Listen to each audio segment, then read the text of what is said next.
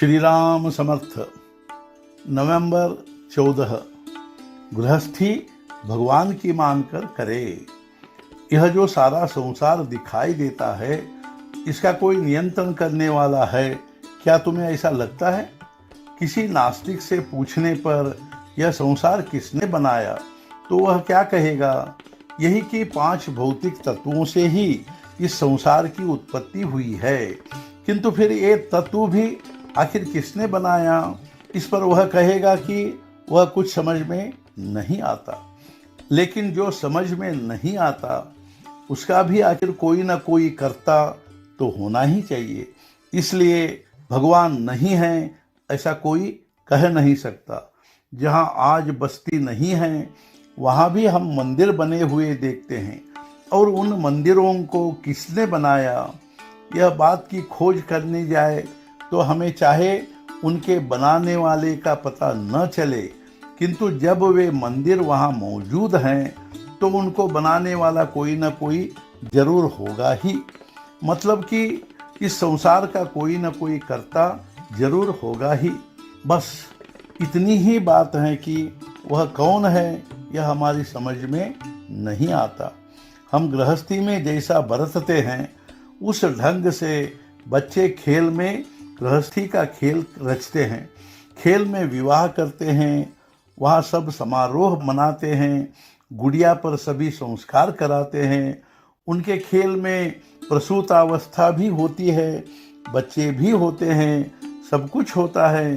किंतु उसी समय उन्हें यदि कोई घर में पुकारता है तो वे खेल छोड़कर फौरन भाग जाते हैं। फिर उस समय उन्हें वह अभी पैदा हुआ बच्चा रोएगा वगैरह की चिंता नहीं होती। बस इसी प्रकार हम गृहस्थी में बरते।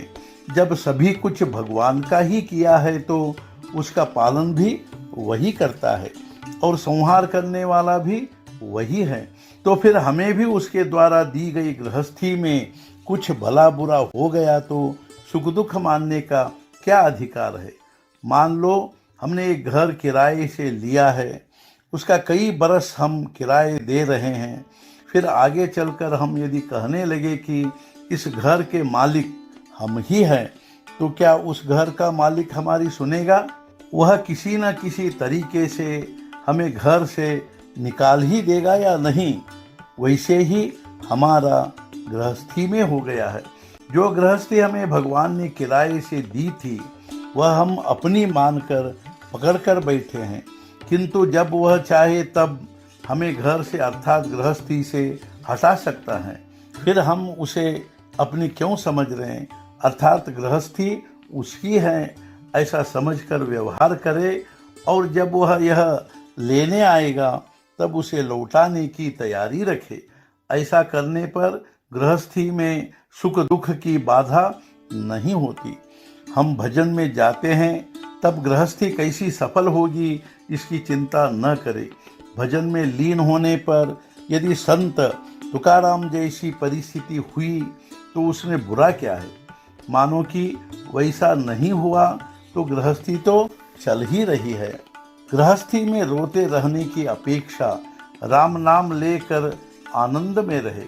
कुछ दिन तो राम पर पूरा भरोसा डालकर रहने का अनुभव लो। मन निश्चय ही चिंता मुक्त होगा, पूर्ण निष्ठा पैदा होगी। आज का मुख्य विचार, यह पूर्ण विश्व और गृहस्थी ईश्वर की है। गृहस्थी जिसकी है उसे दे दे और हम